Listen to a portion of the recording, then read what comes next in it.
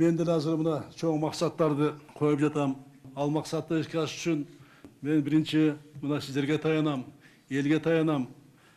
Ошо элге таянып, силерге таянып, биздин коомубуздагы бүт тармактарда эмгектенген адистерге, кесипкөй адамдарга аттуу баштар менен мына жолугушу өткөрүп, алардын да оюн угуп атам.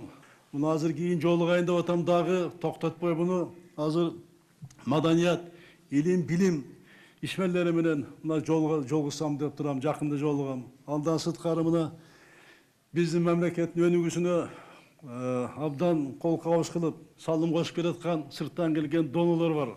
Алар менен мына жолугушууну пландап жатам. Аларды дагы биздин донорлор дагы биздин мамлекеттин багыттары бар. Эң керек бирин жасай турган.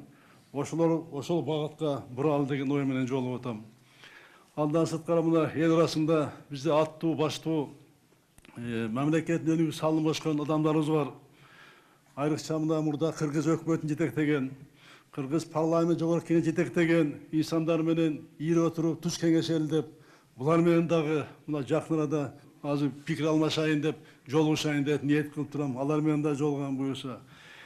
Менин эң негизги максатым ушул коомдогу болгон бардык күчтөргө жана адамдарга таянып иш алып барыш.